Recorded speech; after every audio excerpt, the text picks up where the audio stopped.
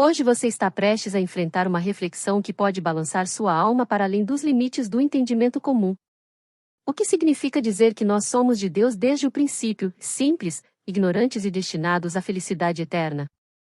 Imagine por um instante que nossas dores, confusões e até os nossos erros não sejam acidente ou punição, mas parte de um plano divino para o despertar da consciência.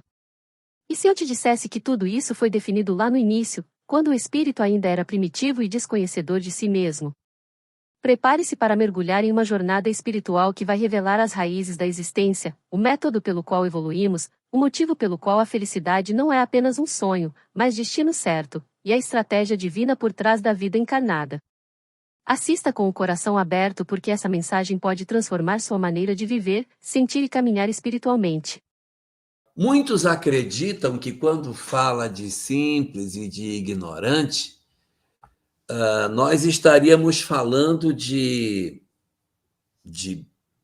o homem primitivo que evolui, o mecanismo de desenvolvimento do homem na condição de, saindo da pré-história para entrar na história, mas não é isso. A simplicidade e a ignorância da qual o Livro dos Espíritos nos comenta não está ligada ao ser humano, mas está muito anterior a tudo isso. É um processo muito mais longínquo do que nós imaginamos. Porque o homem primitivo, ele já sabe muitas coisas. Sabe caçar, sabe viver em grupo, prepara ferramentas, sabe como se defender do predador, sabe procurar água, possui um rudimento de linguagem. Ele não é mais ignorante.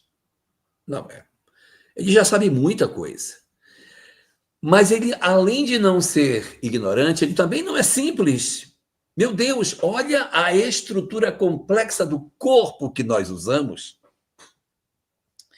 Este uniforme do qual nós nos valemos para tratar acerca daquilo que nós poderíamos chamar de doutrina espírita, ele é esse uniforme que nós temos, que é o nosso corpo. Esse uniforme, na verdade, é muito complexo. Olha a estrutura cerebral, os nossos ossos, organismos, sistema reprodutor. Meu Deus! São diversos os elementos que nós possuímos para esse grande entendimento da vida. Então, a nossa origem, que é o primeiro desses 10 elementos, é na simplicidade e na ignorância. E onde ela está? Essa simplicidade, essa ignorância, ela não está no ser humano, ela está lá atrás. Questão 540 do Livro dos Espíritos. Os espíritos respondem a Kardec que os espíritos evoluem e diz assim: é assim que tudo serve, que tudo se encadeia na natureza, desde o átomo primitivo até o arcanjo, que um dia também começou por ser átomo. Maravilhosa lei de harmonia, que o vosso acanhado espírito não sabe entender ou não consegue entender em seu conjunto.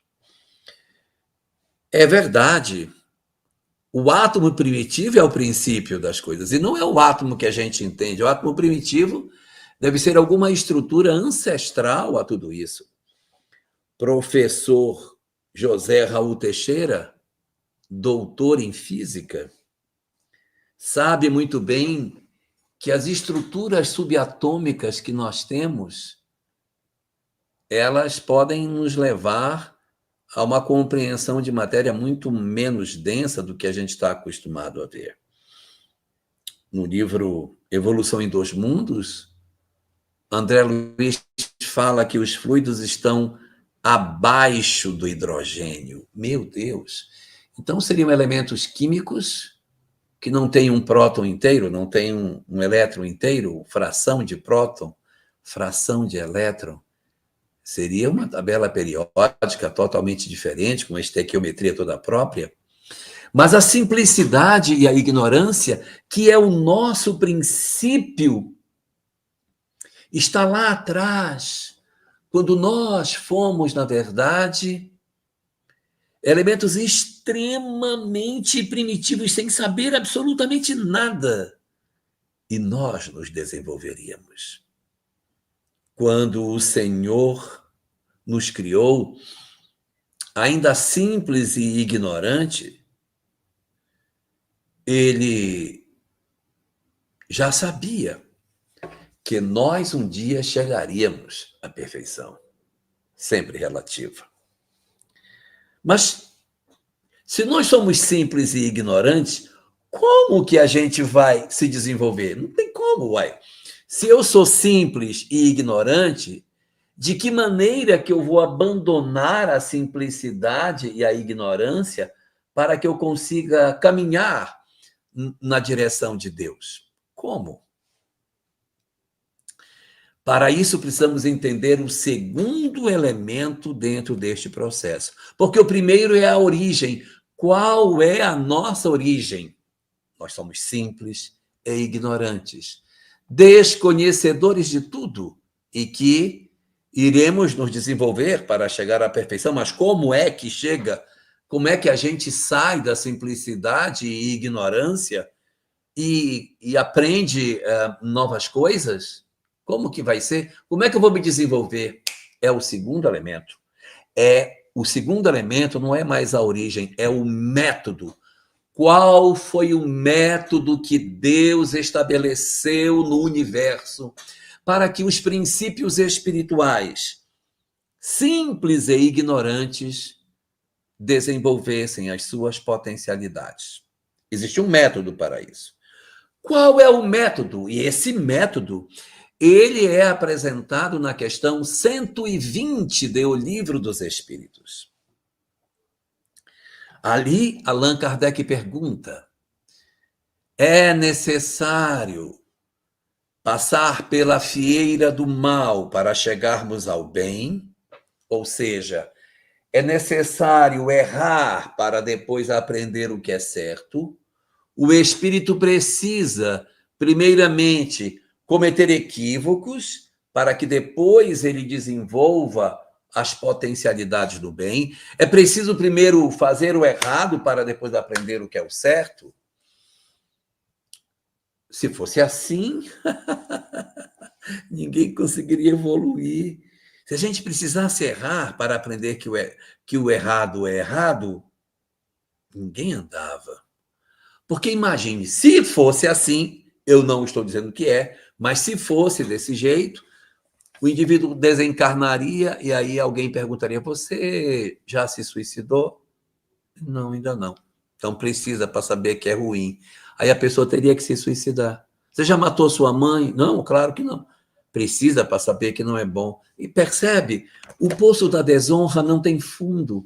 Nós nunca conseguiríamos avançar se nós precisássemos errar para depois crescer. Então, qual é a dinâmica que a gente tem segundo a questão 120 do Livro dos Espíritos? A forma como nós poderíamos ter, Cibele Ribeiro, para que a gente pudesse naturalmente alcançar a condição de sair da ignorância, está escrito na questão 120. Dizem os Espíritos: não é necessário passar pela fieira do mal, mas passar pela fieira da ignorância, da experiência.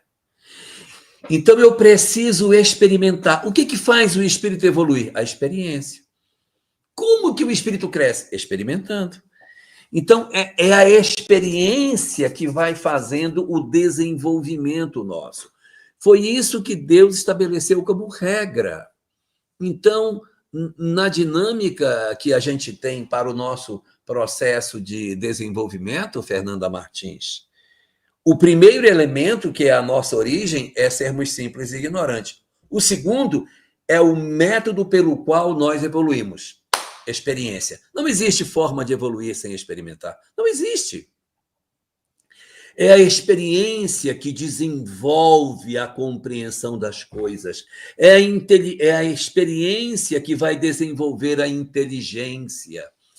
É a experiência, Zeila, que vai dar ao princípio espiritual a compreensão do que existe e o desenvolvimento das suas potencialidades, justificando o porquê que a doutrina espírita diz que o conhecimento intelectual antecede o conhecimento moral, ou seja, a experiência tem que vir antes, para depois a compreensão moral. Eu não posso ser bom se eu não experimentei, se eu não vivi. Eu tenho que ter vivência, eu tenho que experimentar, tenho que vivenciar, eu tenho que ter possibilidade de desenvolver as minhas compreensões da vida para que depois eu seja bom. Eu não posso ser bom se eu nem experimentei.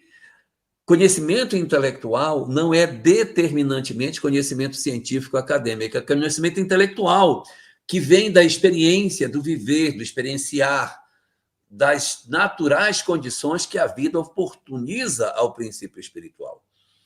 Então, é a partir deste princípio, a experiência, que nós iremos promover em nós próprios o processo de desenvolvimento dentro das nossas condições espirituais. E aí nós chegamos a um ponto em que a gente pode analisar o terceiro dos elementos que nós encontramos em doutrina espírita. Nós encontramos dentro do espiritismo não só a ideia de que as nossas vidas estão amarradas necessariamente pelo processo de nós experimentarmos sem um objetivo final. A pergunta é, tá, tudo bem, já sabemos que a nossa origem é simples e ignorante, simplicidade e ignorância. Sabemos que evoluímos pela experiência, mas e para onde vamos? Qual é o destino da criatura humana? Para onde vai o espírito nessa longa caminhada evolutiva que ele tem? Nós, conforme nos comenta a doutrina espírita, caminhamos para a felicidade. Destino de todas as criaturas, de todos os seres, a felicidade. É lindo isso, né? É lindo isso. Todos nós caminhamos na direção da felicidade. Todos nós seremos espíritos felizes. Até essa pessoa que você hoje considera que ela não tem condição de mudar, também será um espírito resolvido. Todos nós seremos espíritos felizes. Todos experimentaremos a verdadeira felicidade, felicidade perene, felicidade espiritual. E algumas pessoas questionam, mas como que pode os espíritos ditos superiores serem felizes com tanto sofrimento no mundo? Como é que pode ter espírito feliz com tanto sofrimento que tem? Tem tanto sofrimento no mundo. Como que você vai dizer que os espíritos bons são felizes? Não dá para ser? Com essa multidão de sofrimento, de lágrimas que existe? Que felicidade é essa? Pois é. Esta pergunta é feita por Allan Kardec. Ela está no Livro dos Espíritos. É a questão 976 da obra básica. O espetáculo do sofrimento dos maus não produz nos espíritos bons desconforto? E o que se tornaria a felicidade deles, considerando que existe tanto sofrimento? Uma boa pergunta, não é? E esta pergunta, os espíritos respondem dizendo o seguinte, que existem 3 coisas que a gente precisa considerar. A primeira é que todo sofrimento que os espíritos inferiores estão passando, todo sofrimento que nós passamos hoje, os espíritos superiores sabem que é temporário, que isso só vai durar um tempo. né? Que esse tempo é o tempo que a gente leva para se desembaraçar disso. Que isso vai passar, que esse sofrimento não é eterno. E mais, esse sofrimento que a gente passa, ele está nos acontecendo porque nós o procuramos. Fomos nós que, pela nossa própria conduta, produzimos nas nossas vidas um processo de sofrimento. Então, os espíritos superiores, eles sabem que o sofrimento é temporário. 2, sabem que nós estamos nele porque foi uma decisão nossa lá atrás de optar por esse caminho. E terceiro, eles já estão fazendo por nós tudo o que poderiam. Então, se eles já estão fazendo tudo o que podem, nós entramos porque quisemos e sairemos quando quisermos, isso não tisna a felicidade deles. Porque são, na verdade, espíritos que podem muito facilmente acessar a felicidade pelas condições que o mundo espiritual oportuniza aos espíritos para que eles alcancem a chamada felicidade perene, a felicidade que vai conduzir a um estado de felicidade que decorre exatamente dessa compreensão mais dilatada do sentido da vida. E aí, qual é a grande descoberta que a gente tem de tudo isso? A grande descoberta que nós temos é: nós somos criados simples e ignorantes como origem. Temos o método como sendo a experiência e o destino como sendo a felicidade. Isso é o que a doutrina espírita diz, mas aí a gente vai dizer, mas como é que você pode garantir que todos vão para o caminho da felicidade? Será que não pode existir um espírito que decide não quero ser feliz e toma a decisão de tornar-se eternamente infeliz? Será que não existe a possibilidade de um espírito transgredir isso e fugir desse modelo que a doutrina espírita nos apresenta e ser feliz distante desse conceito que a doutrina espírita nos coloca? Diz a doutrina espírita que não. Que todos os espíritos caminham para essa direção. Não há, Nestor Fidelis, não há nenhuma entidade em todo o universo infinito que possa se dizer feliz sem que ela, na verdade, esteja alinhada com esse propósito. E de onde vem essa certeza? De onde nós podemos tirar a certeza de que nós caminhamos para Deus, que nós somos de Deus? Como que eu tiro? De onde vem isso, meu pai? Como que eu posso dizer que não, se vai todo mundo sim para a felicidade? A doutrina espírita tem uma resposta para isso.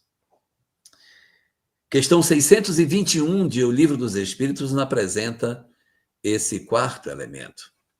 Para quem já se perdeu, eu falei da origem, eu falei do método, eu falei do objetivo, e agora estou falando do quarto elemento. Qual é a garantia que eu tenho de que todos nós seremos felizes? Está na questão 621 da obra básica. A questão 621 diz que a lei de Deus está na consciência de todos nós. E o que significa dizer que a lei de Deus está na consciência de todos nós? Que existe dentro das criaturas humanas uma condição tal que faz com que nós sejamos levados a esse processo de busca espiritual. Por quê? Porque a lei de Deus está inscrita e escrita na nossa consciência, e ela vai desabrochando à medida em que nós experimentamos. Na medida em que eu experimento, Susana, na medida em que eu cresço, na medida em que eu experiencio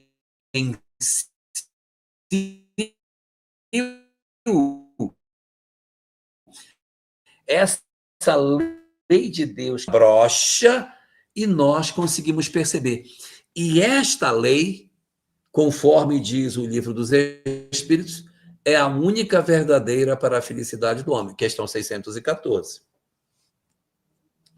A lei de Deus é a única verdadeira para a felicidade do homem.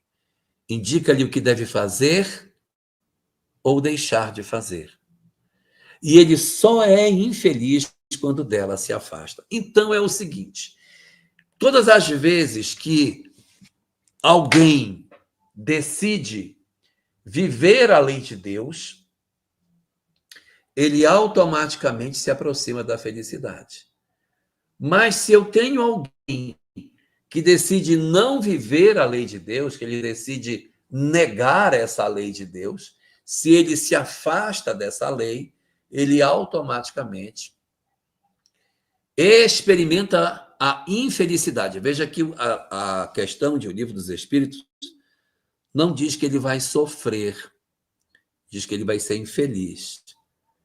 Infelicidade é diferente de sofrimento. É diferente. Claro que é diferente. Paulo de Tarso sofreu? Sofreu. Mas ele era infeliz? Não. Alcione, do livro Renúncia, ela sofreu? Sofreu. Mas ela foi infeliz? Ela não foi infeliz. Há uma diferença muito grande entre sofrimento e infelicidade. Uma mulher em trabalho de parto certamente vai experimentar muito sofrimento até dar à luz. Mas eu pergunto, ela está sofrendo, mas ela está infeliz? Essa é a diferença entre sofrimento e infelicidade. O que o Livro dos Espíritos diz, na questão 614, é que a lei de Deus é a única verdadeira para a felicidade do homem. Indica-lhe o que deve fazer ou deixar de fazer. E ele só é infeliz, ele só sofre, ele só é infeliz quando dela se afasta. Então, eis o grande mecanismo da vida. Meu Deus, que coisa linda, que coisa maravilhosa, Luísa Leontina, que coisa linda. Como que eu posso garantir que todos nós caminhamos para Deus? Porque viver a lei de Deus, que está dentro de nós, produz estados de felicidade. Na medida em que eu me afasto da lei de Deus e que eu procuro não viver aquilo que a doutrina da lei divina nos apresenta, eu automaticamente me torno infeliz. Então, eu me sinto infeliz por conta disso e, consequentemente, eu procuro desenvolver, Sueli Miranda, as minhas potencialidades para que eu encontre a felicidade. Nós temos um livro da série psicológica de Joana de Ângeles. Está bem aqui, vou pegar para a gente ver. Este livro é o primeiro volume da série. A capa hoje deve ser diferente. Mas na época que saiu, essa aqui é a primeira edição, era assim. Jesus e Atualidade. É um livro que tem 20 capítulos em que ele apresenta a atualidade do pensamento de Jesus para o sofrimento humano. Marta Sartori, de Rondônia, conosco. Seja muito bem-vinda à Conemate de 2025, Marta. Que bacana. Como é que está Porto Velho? Então, aqui no livro Jesus e a Atualidade, de Joana de Ângeles, o cartão de visita da série psicológica vai apresentar Jesus como sendo o terapeuta divino. E logo no primeiro capítulo desta obra, primeiro capítulo, que chama-se Jesus e Desafios, capítulo 1 da obra, Jesus e Desafios, você vai encontrar logo aqui o seguinte raciocínio de Joana, que o erro da criatura, fazer o que é errado, gera na criatura infelicidade.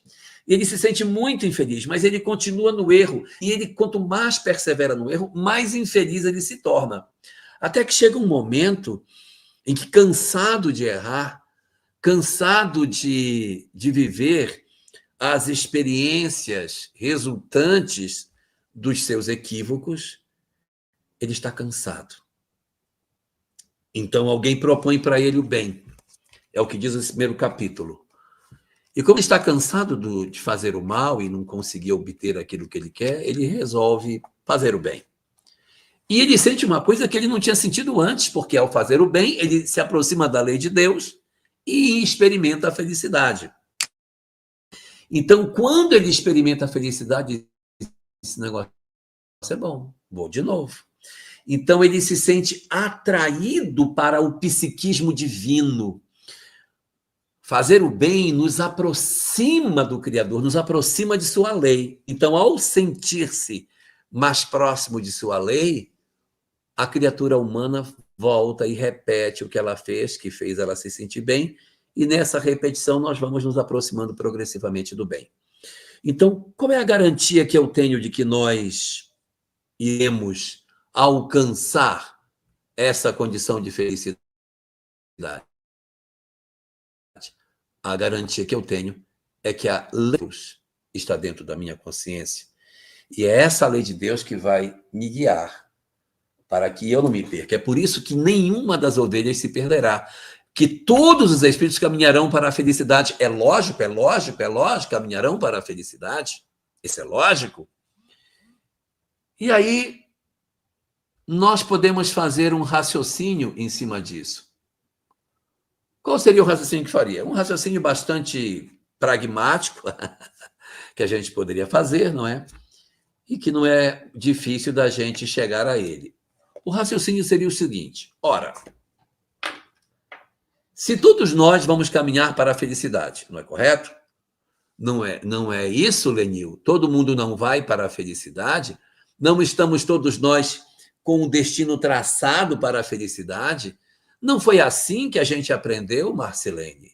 Que as nossas histórias de vida, a gente vai errar, vai retar, uns vão chegar mais cedo, outros vão chegar mais tarde, mas todo mundo vai chegar na felicidade? Então, ora, Marta Sartori, se Deus vai fazer todo mundo feliz, se nós estamos todos indo para a felicidade, a grande pergunta é: por que que Deus não nos dá logo um vale dessa felicidade? Por que que ele não entrega essa felicidade logo agora? Ora, não é lógico? Se Deus, quando me criou, átomo primitivo, ele já sabia que eu seria feliz, por que que ele não encurtou a história e disse: meu filho, já que você vai ser feliz, vou te entregar a felicidade logo agora, vou fazer um vale para você. Por que que ele não deu um vale para nós? Vou dar um vale de 20% de felicidade para todo mundo, para se estimular, para chegar mais rápido. Por que que Deus não fez isso? Por que motivo que ele diz: não, todo mundo será feliz? Ele fala no futuro, diz que todo mundo vai ser. Então adianta logo isso de uma vez, me entrega logo agora a felicidade. Porque se Deus é bom, por que que não me entrega esta felicidade logo agora? É uma boa pergunta, né? E, na verdade, na literatura espírita, quando a gente está estudando logo nas primeiras questões do Livro dos Espíritos, os atributos de Deus, não há nenhum atributo de Deus que diga que Deus é bom. Pode olhar lá que não tem. A literatura espírita não diz que Deus é bom. E nem diz que Deus é justo. A literatura, Cidinha Mota, diz que Deus é justo e bom a um só tempo. Ele não é justo e não é bom. Não tem vírgula. Pode olhar lá no Livro dos Espíritos. Pode olhar lá. Acho que é a questão número 13. Vocês vão chegar no Livro dos Espíritos. É a questão número 13. Mas a questão número 13 não diz que Deus é justo e nem que ele é bom. Diz que ele é justo e bom. Não tem vírgula separando. É um E no meio, porque é a um só tempo. Sua justiça se expressa pela sua sabedoria, e sua sabedoria se expressa pela sua justiça.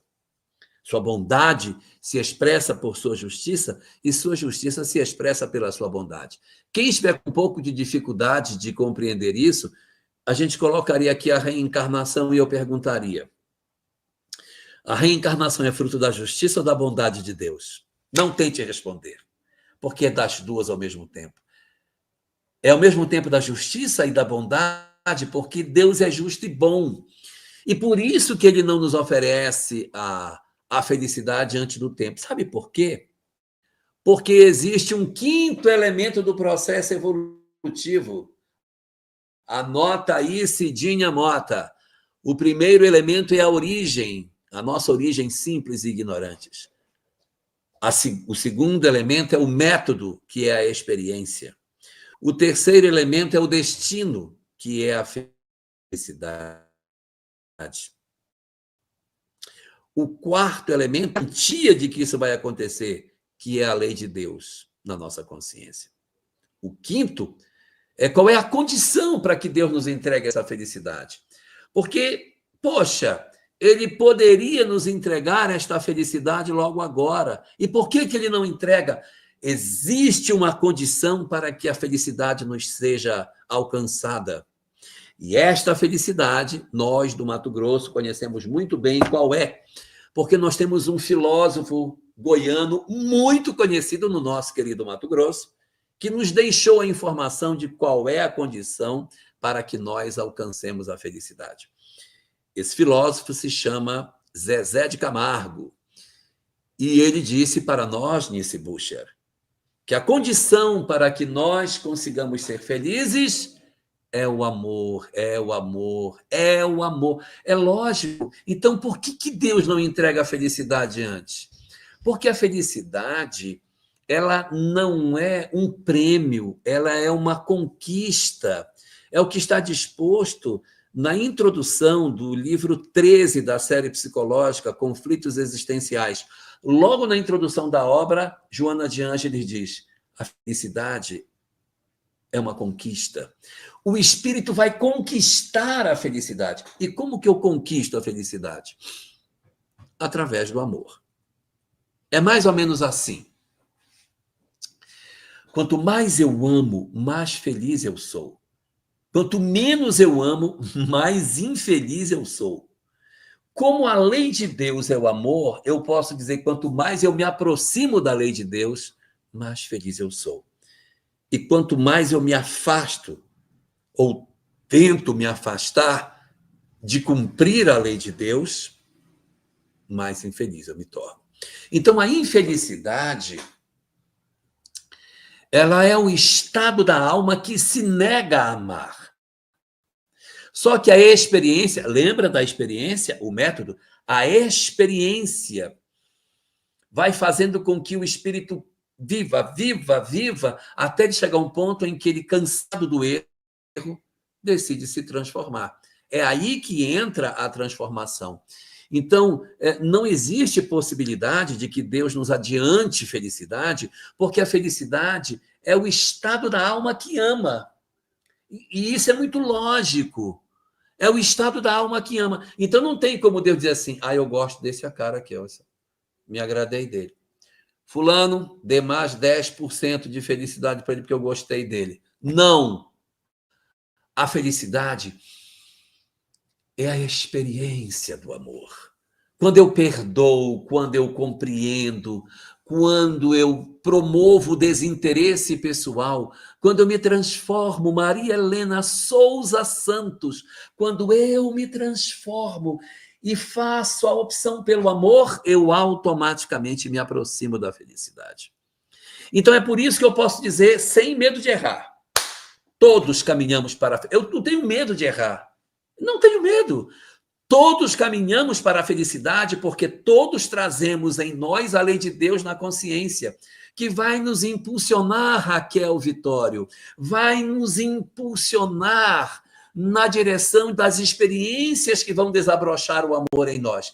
E na medida em que o amor desabrochar em nós, Geraldo Campetti, quando essas experiências desabrocharem, nós seremos felizes. Então é o destino de todos nós. Nós nascemos sempre ignorantes, evoluímos pela experiência para chegar à felicidade.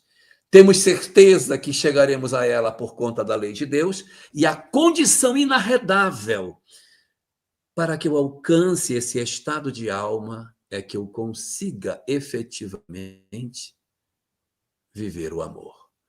Cidinha Mota nos fala que a origem, o método, o destino, a lei de Deus na nossa consciência é o amor. Origem é simples e ignorante. Método é a experiência. Destino, a felicidade. Garantia, a lei de Deus na nossa consciência. E a condição para que a gente alcance a felicidade é viver o amor. Sim, Regilane, a condição inarredável para a felicidade da criatura humana é o amor. Então é por isso que a gente diz assim, não, todo mundo vai ser feliz. Sim, mas todo mundo vai ser feliz quando? Quando amar, ué. Então, se eu encurto o meu caminho decidindo amar desde agora, eu automaticamente me torno mais feliz desde agora. Se eu decido não amar, se eu digo eu vou viver nesse ódio, nessa vingança, vai sofrer, vai viver em infelicidade. Mas é a decisão da criatura e viverá processos de infelicidade por conta das próprias condições de entendimento que tem sobre o que seja a vida. Só que assim, há uma coisa muito curiosa no mecanismo da vida. Há um processo muito interessante nessa dinâmica. Existe um sexto elemento que compõe esse processo da evolução. Porque, veja, existe uma coisa muito interessante. O Livro dos Espíritos nos assevera, questão 86, que o mundo real e primitivo é o mundo dos espíritos. Esse é o mundo verdadeiro. O mundo verdadeiro é o mundo espiritual. Questão 938A do Livro dos Espíritos diz que os espíritos são os filhos de Deus, objeto da sua solicitude, não são os homens.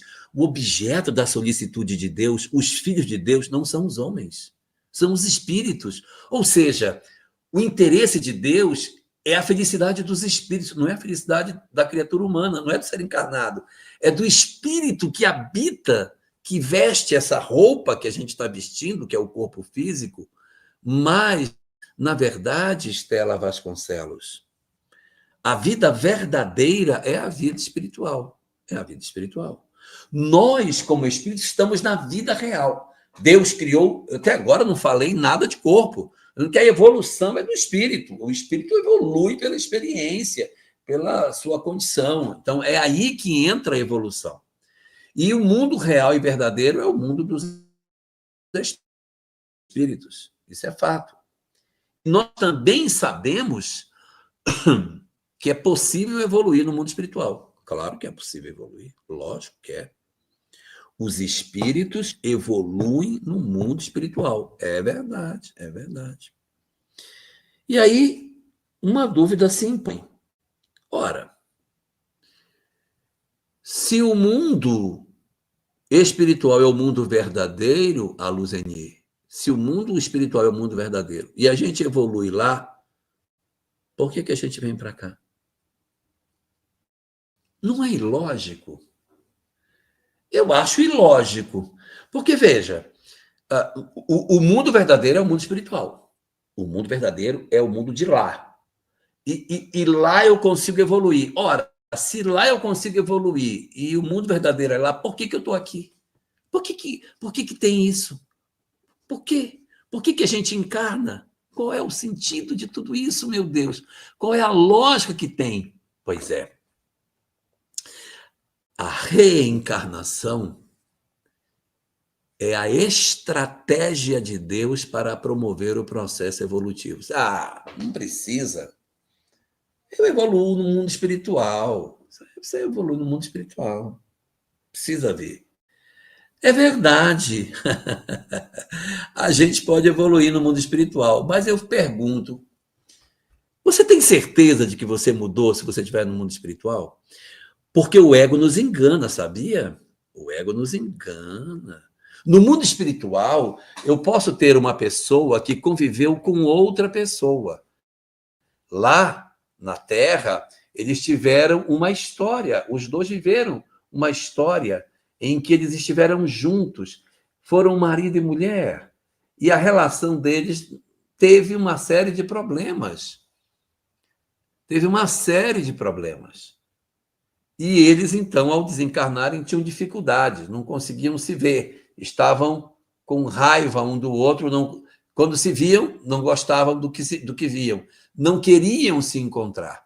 Mas, à medida em que eles foram vivendo, que eles foram se relacionando, eles foram descobrindo que poderiam se perdoar, que precisavam disso para ser feliz, porque começaram a entender da lei de Deus, e a lei de Deus disse, olha, para ser feliz, meu amigo, só perdoando. E aí os dois resolveram se perdoar. E estão no mundo espiritual e eles se perdoaram mutuamente. E eles estão bem. E isto é maravilhoso. Ou seja, conseguiram progredir no mundo espiritual. Mas eu tenho a pergunta, será que esse perdão é verdadeiro? Será que realmente eles se perdoaram ou estão se enganando? Até que ponto o ego pode mentir para alguém dizendo que ele perdoou, quando o coraçãozinho dele ainda tem uma coisa que não está resolvida? Ou, de repente, o coração dela tem alguma coisa que não está bem resolvida. Como é que eu posso fazer um raio-x espiritual para saber como que está o coração dela, como que está o coração dele?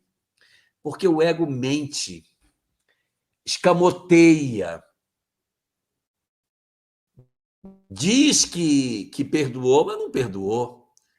Então, o que Deus criou? Deus criou uma estratégia chamada encarnação, que é o instrumento através do qual eu consigo descobrir o que se passa no íntimo do coração da criatura humana. Por quê? Ora, por quê? Porque o processo encarnatório ele exige um período de adaptação do espírito num novo corpo. E na medida em que o espírito se adapta nesse novo corpo, ele passa por um período em que ele vai tendo um apagamento progressivo da memória. Boa parte daquilo que ele tinha de lembrança apaga.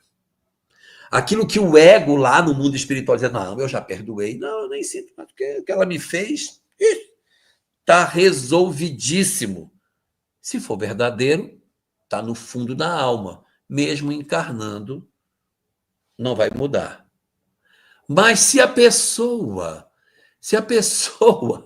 diz lá que perdoou, mas não tem muita certeza, quando vier para cá, ela vai saber.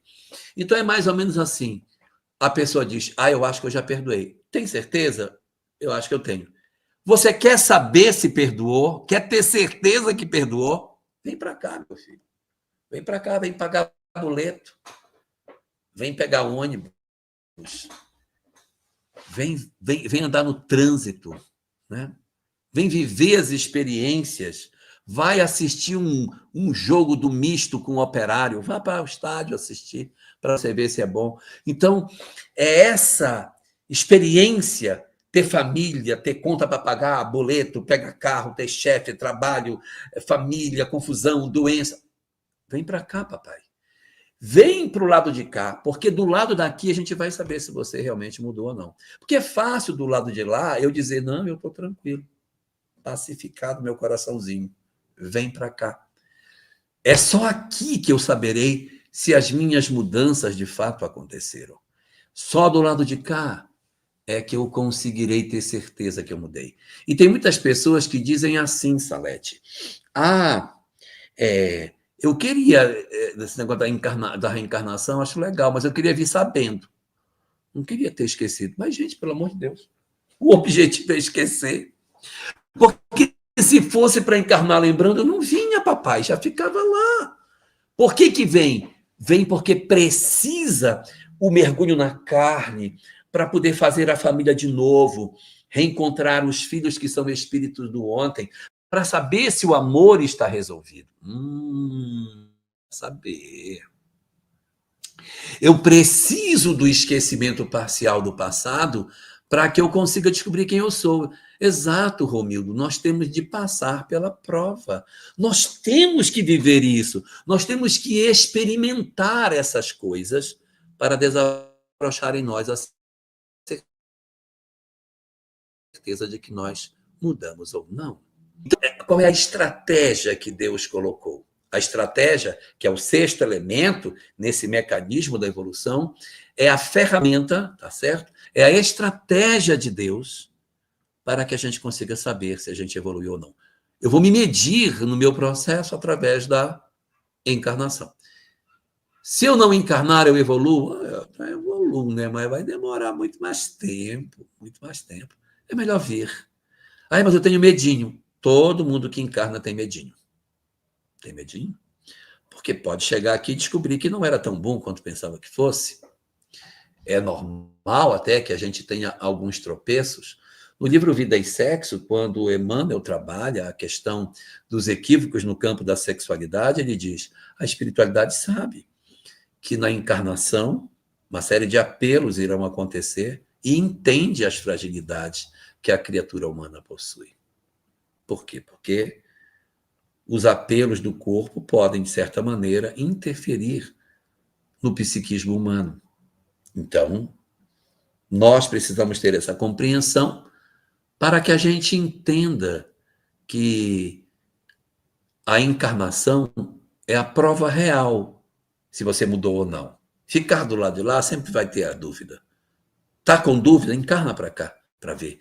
Então, esse elemento, esse sexto elemento da evolução, cadê a Cidinha Motos foi dormir?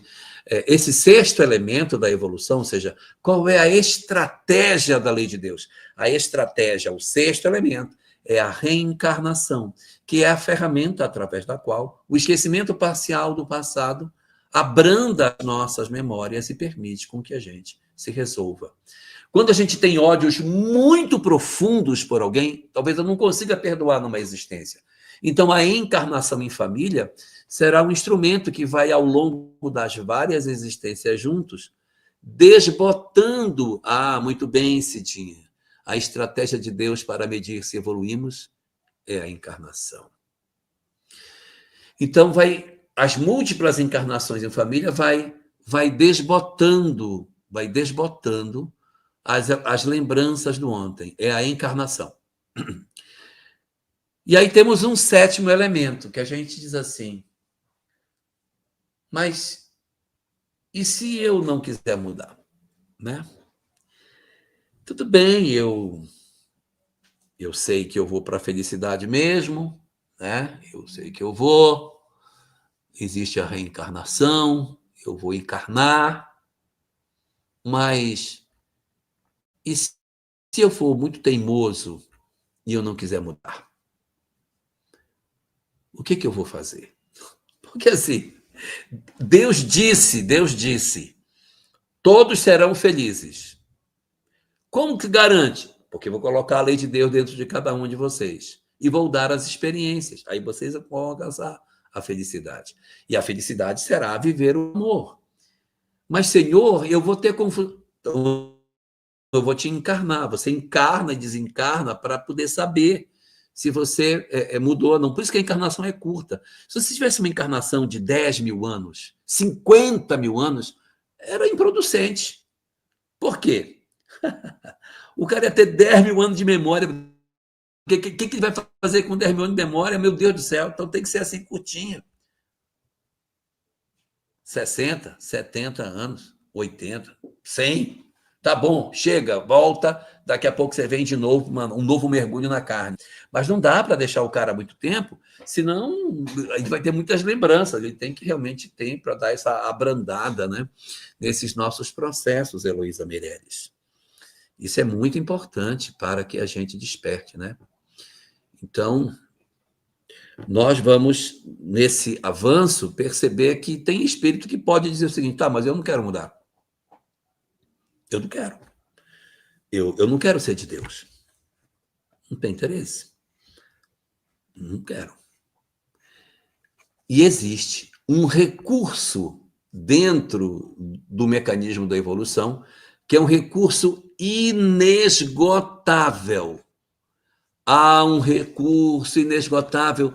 Jeane, meu Deus, Jeane, como estão as coisas? Como está Varginha, meu Deus do céu? Como vai nosso povo? Cadê Carlinhos? Meu Deus, que bacana. Seja muito bem-vindo. Nós estamos em Juína, no Mato Grosso, viu?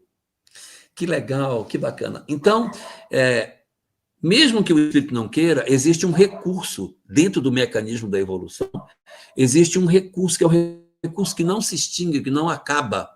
É um recurso inesgotável do qual Deus nos dotou para que a gente alcance esse processo de desenvolvimento. Sabe qual é esse recurso, Cidinha? Que recurso é esse inesgotável que Deus nos dotou para que a gente consiga se transformar? Esse é o 7º dos elementos do processo da encarnação, da evolução. Chama-se tempo. Qual é o tempo que o espírito leva para se desenvolver? O tempo que ele quiser. Olha, Deus não está com um pingo de pressa. Então, o tempo... Quantas encarnações? O tempo que ele for precisar. O tempo que for preciso. Ele não está com pressa, gente, mas nós iremos para a felicidade. Isso acabou, não tem jeito. Porque eu concederei àqueles que eu criei todo o tempo que for necessário para que eles desabrochem no sentido do bem. Não é lindo isso? Pelo amor de Deus, gente. Isso é bonito demais. O 7º, o recurso inesgotável dentro do mecanismo da evolução que Deus nos dotou, o tempo. Isso, Cidinha, isso mesmo. Maravilha, maravilha. Ótimo. Tiago, se você conseguir colocar os comentários da Cidinha, ajuda. Então, a Cidinha aqui colocou o 7º dos elementos. Mas existe um 8º. Eu disse que eram 10. Existe um 8º elemento, que também faz parte desse processo de desenvolvimento de todos nós. Porque, veja bem, vamos juntar tudo que a gente tem. A gente é criado simples e ignorante, evolui pela experiência, sabemos que vamos para a felicidade, a lei de Deus está colocada em germe na nossa consciência, é a vivência do amor, que é a condição que não pode ser excluída para que a gente alcance a felicidade, a estratégia que nós vamos ter é a encarnação, e não vamos ter o tempo que for preciso. Mas está faltando uma peça. Está faltando uma peça aí. Porque, veja, eu poderia ter tudo isso, poderia ter o tempo, a encarnação, tudo, mas eu não sei como fazer. Cadê a bússola? Você tem a bússola? Porque repara, Maria Regina, como é que Deus nos dá esse tempo para a gente evoluir e tem certeza que a gente vai entrar pelo caminho correto? Porque, poxa, a gente tem que achar o caminho certo. O caminho certo só tem um, o caminho errado tem vários. Certo, só tem um. Saber que eu vou achar o caminho certo. Rapaz, é muito trabalho. Eu precisaria de um roteiro. Preciso de uma bússola. O 8º dos elementos que a gente precisa ter para que a gente consiga chegar. Sim, Estela. Estela matou. A bússola é o Evangelho. Claro. Olha como é lindo isso. Gente, nós teríamos tudo na mão. Tá? Não, eu sei como é que é. Mas qual é o roteiro? Me fala qual é a lei de Deus. Qual é isso, Ana Paula? O Evangelho. Então, é aí que entra a importância do Evangelho, porque eu posso ter todo o tempo do mundo. Mas repara, eu acertar todas as condutas sem ter ninguém que me ofereça é muito difícil. Então, o indivíduo precisa, obrigatoriamente, de alguém que seja modelo e guia para levá-lo. E tem que ter uma bússola. Lógico, nós estamos numa condição espiritual muito confortável, porque a gente veio depois de Jesus, que é o roteiro. Então, ele não é modelo e guia. Por que ele é guia? Ele é guia porque ele guia. Porque ele diz, olha, o caminho é por aqui. E só é guia quem passou primeiro pela trilha para saber como é que a trilha leva para o destino. Então, ele é guia. E ele é modelo também, porque ele também é referência. Porque eu posso ter um guia e o guia diz assim, faz o que eu digo, mas não faz o que eu faço. Mas ele é modelo e guia. Se fosse só modelo, a gente não tinha bússola. mas ele é modelo e guia, ele é as duas coisas ao mesmo tempo. Então, eu tenho todo o tempo do mundo, eu tenho a encarnação, eu tenho as experiências, mas eu tenho a bússola. Olha que legal. Eu tenho a bússola. Eu tenho a origem. Vamos ver aqui, a Regiane Crepaldi está dizendo que tem a origem, a experiência, a lei divina, a felicidade, o amor, a encarnação, o tempo, o evangelho. Isso, a receita é o Sermão do Monte, Carlinhos, pode ser também. A receita é o ensinamento que o Cristo nos trouxe. É aí que está a essência disso. Mas, como é que eu vou saber se eu estou acertando ou não? Aonde está a medida? Como é que eu meço? Qual é o instrumento que eu uso para medir se, olha, eu estou bem ou eu não estou bem? Existe uma medida para saber se eu estou me encaminhando bem na vida ou se eu não estou. Por quê? Porque este elemento, ele é um elemento que, à medida que eu evoluo intelectualmente, ele se abre. Quanto mais eu evoluo intelectualmente, mais ele me liberta, mais ele vai abrindo. Quanto mais evolução eu tenho, mais ele se alarga. Mais ele se alarga. Quanto mais ignorante eu sou, mais pequenino ele é. Você não pode chegar com um homem primitivo e dizer para ele assim, eu quero que você faça uma bomba atômica. Ele não sabe fazer. Ele não tem conhecimento intelectual para construir uma bomba atômica. Mas eu tenho um homem civilizado, que já avançou, dito civilizado, né? O homem que já avançou intelectualmente, ele tem conhecimento intelectual que pode fazer uma bomba.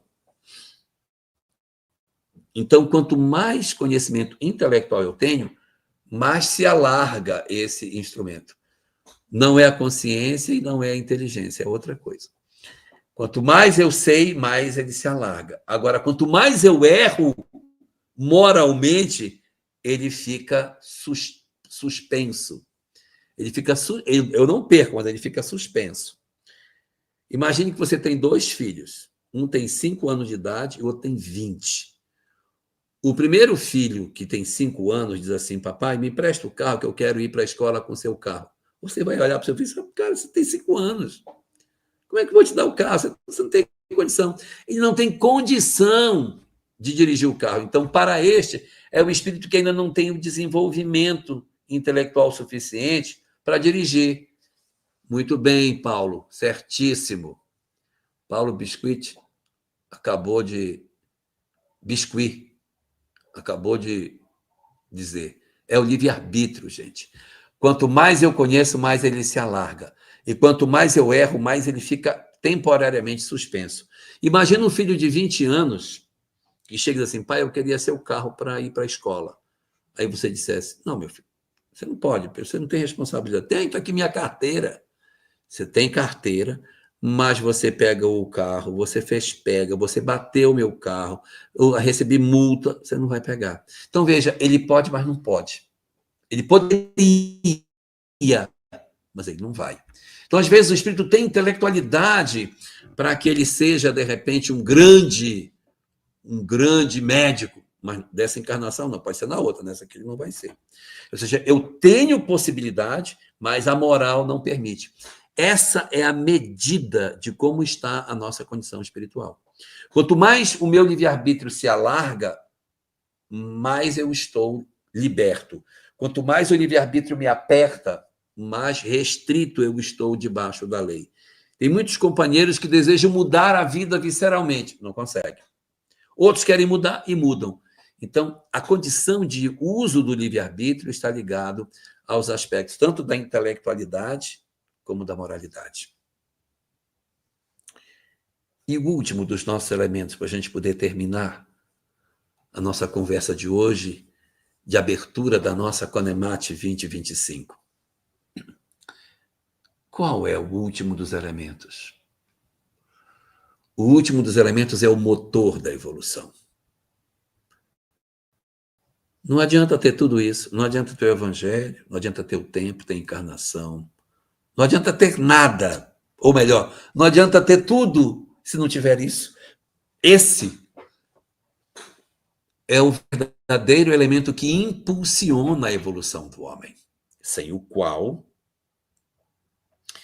nós não conseguiremos fazer com que o progresso se efetue em nós. Vai demorar muito, até que ele tem que existir.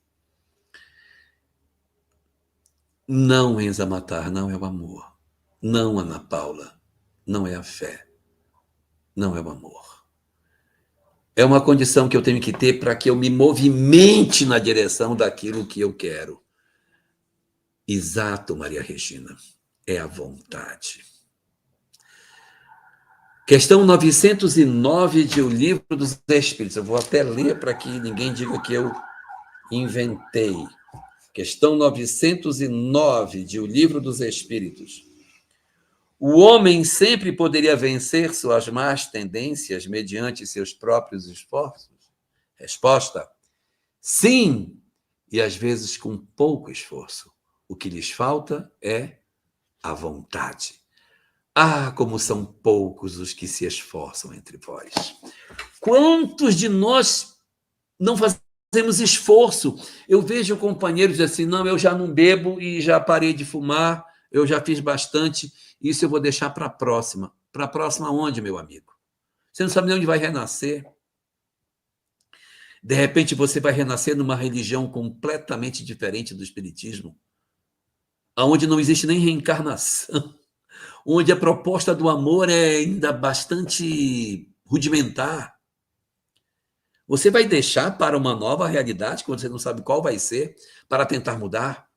Nós temos que aproveitar agora, porque nós somos de Deus, é fato, mas eu preciso sentir que eu sou, que nós somos, que nós iremos para a felicidade, iremos, que nós temos um encontro marcado com a felicidade, nós temos, isso é fato, mas eu estou consciente disso e estou empreendendo meus esforços ou estou deixando que a vida me leve? Estou deixando que a vida me conduza naquela crença equivocada de que já que eu vou evoluir, eu vou ficar parado e a evolução vai se processar. Isso não vai acontecer. A evolução só ocorre quando o espírito se move. Eu preciso me mover, eu preciso realizar o uso da minha vontade. O livre-arbítrio existe, sim, é verdade, mas a mola propulsora, Ana Paula, é isso mesmo, a mola propulsora do progresso da criatura humana é a vontade.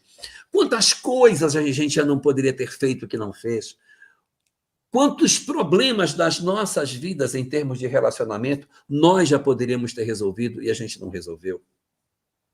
Um pedido de perdão, a concessão de um perdão, o abandono de um vício, o desejo de verdadeiramente ser melhor, uma transformação na vida, na busca da paz interior. Ninguém pode fazer por nós. O processo de evolução, ele é individual, Carlinhos, ele é individual. A gente quer mudar sem mudar, isso não existe, mudar sem... eu quero mudar, mas eu não quero mudar, mas quero mudar. Gente, a lei de Deus é eterna e imutável como o próprio Deus, questão 615. Não tem como, só vai... A lei de Deus não muda. Então, sou eu que tenho que empreender o processo de mudança. Portanto, nunca esqueçamos, nós somos de Deus desde o princípio, quando fomos criados, porque já fomos criados para sermos felizes, e esses 10 elementos garantem esse acesso. Mas nada poderá ser feito de real pelas nossas vidas se nós não fizermos uma reforma interior. Se nós não nos transformarmos, Neuzi, se nós não quebrarmos com a nossa vontade os grilhões que nos prendem e dizermos verdadeiramente do fundo das nossas almas: eu quero ser feliz de verdade. Eu quero mergulhar na felicidade legítima que está reservada para aqueles que cumprem a lei de Deus. Pensemos nisso e aproveitemos a nossa Conemate, que vai trazer para nós reflexões muito profundas para o entendimento do propósito da vida e de como, na verdade, nós poderemos alcançar esta felicidade que Deus quer nos entregar, mas nós parece que estamos fazendo força para não receber. Pensemos nisso e aproveitemos a encarnação que o Senhor nos concede desde agora. Uma boa noite para todos nós. O que está por trás de tudo isso não é um julgamento, nem um castigo. É uma promessa. Nós somos de Deus. Desde a nossa origem simples e ignorante até a última conquista do coração transformado pelo amor, existe um propósito divino que nos impulsiona para a felicidade eterna. O Evangelho é a bússola que nos guia, a encarnação é a prova que nos fortalece, o tempo é o recurso infinito que nos ampara, e o amor é a condição que nos torna dignos da felicidade que Deus preparou para nós. Mas aqui está o ponto mais profundo. Não basta saber que caminhamos para a felicidade, é preciso exercitar a vontade para alcançá-la. E isso exige ação, coragem, responsabilidade, escolha consciente e desejo real de transformação interior. A felicidade não está lá longe, ela começa agora, na forma como você ama, perdoa, transforma e se levanta daquilo que te prende. Se essa mensagem tocou você, compartilhe, comente, reflita e viva essa verdade com coragem. A estrada é longa, mas a meta é certa. Deus nos quer felizes, e nós somos dele.